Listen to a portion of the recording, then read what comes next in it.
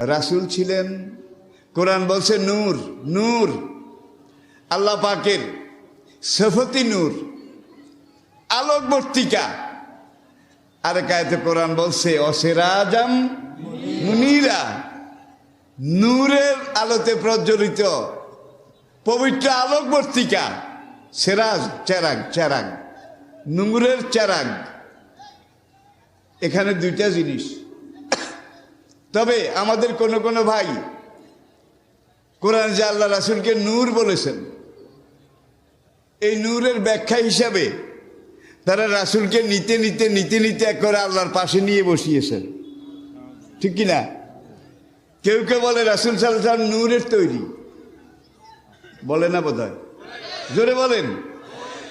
তাহলে আল্লাহ ভাগ হয়েছে, টুকটা টুকরা হয়ে এখানে একটু এখানে একটু ভাগ করেছে। আল্লাহ পারফেক্ট।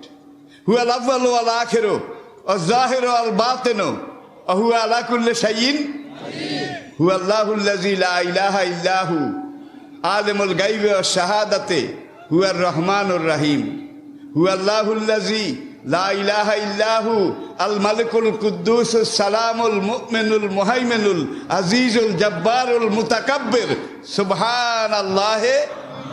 আপনারাই তো তেলাওয়াত করেন। তাইলে আল্লাহ পাকের জাতে হাস্তি এটা বিবেচ্য নয়, এটাকে ভাগ করা যায় না। নেই কাজ খইভাজ, নেই কাজ খইভাজ।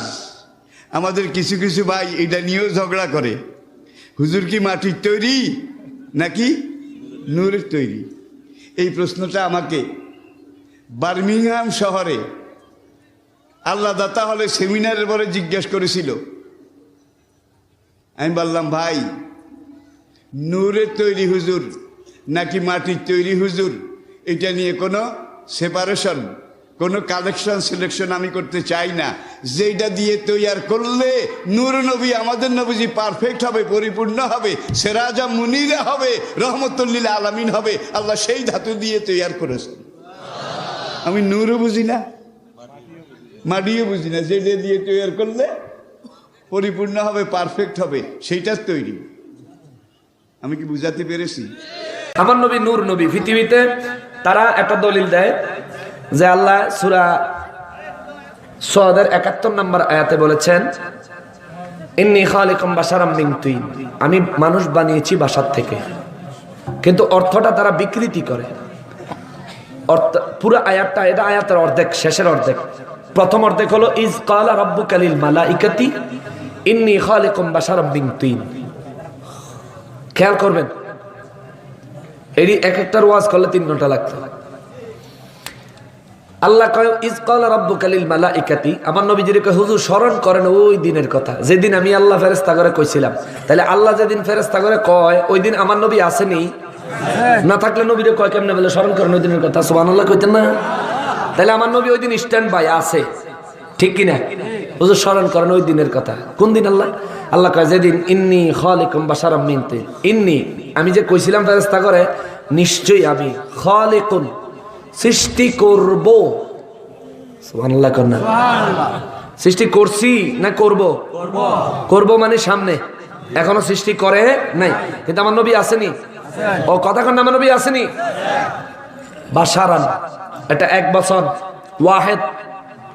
আলেমদেরকে জিজ্ঞেস করে দেখবেন, আল্লাহ কইতাছে আমি কইছি একজন মানুষ সৃষ্টি করব। সুবহানাল্লাহ কইতেন না? কয়জন মানুষ? একজন, একজন বাশার সৃষ্টি করব। সৃষ্টি করছি কয় নাই। হুজুর আপনি স্মরণ করেন আমি আল্লাহ যে কইছিলাম ফেরেশতা করে ওই দিন, মনে আসেনি যে ফেরেশতারা আমি একজন মানুষ সৃষ্টি করব? তো ওই একজন মানুষ সৃষ্টি করার আগে আমার নবী সৃষ্টি করেছেন কে? আল্লাহ। আমার নবী আসেনি? আচ্ছা, কি দিয়া? মিন তিন, আল্লাহ কা মাটি দিয়া। তার মানে মাটি দিয়া একজন মানুষ আল্লাহ বানাইবো যে কইতাছে, ওই মানুষটা বানানোর আগেই আমার নবীরে নূর দিয়া বানায় রাখছে কে? আল্লাহ। জোরে বলেন কে? আল্লাহ। তাইলে এই আয়াত দিয়ে আমার নবীরে মাটির বানানোর কোনো সুযোগ আছে? আমার নবী হেসুমবালা রেডিমেড আছে বেড়া। তুই এই আয়াতের দলিল দিয়ে নবীরে মাটি বানাতে? আমার নবী হেসুমবালা স্ট্যান্ড বাই। আব্দুল্লাহ ইবনে আব্বাস রাদিয়াল্লাহু হুজুর একজন মানুষ যেন আল্লাহ মাটি দিয়ে বানাইতে কইছে, উনি কে? কাকে আল্লাহ বানাইতে বলছেন? আমার নবী বলেন হুয়া আদামু সফিউল্লাহ, জোরে কন্যা সুবহানাল্লাহ।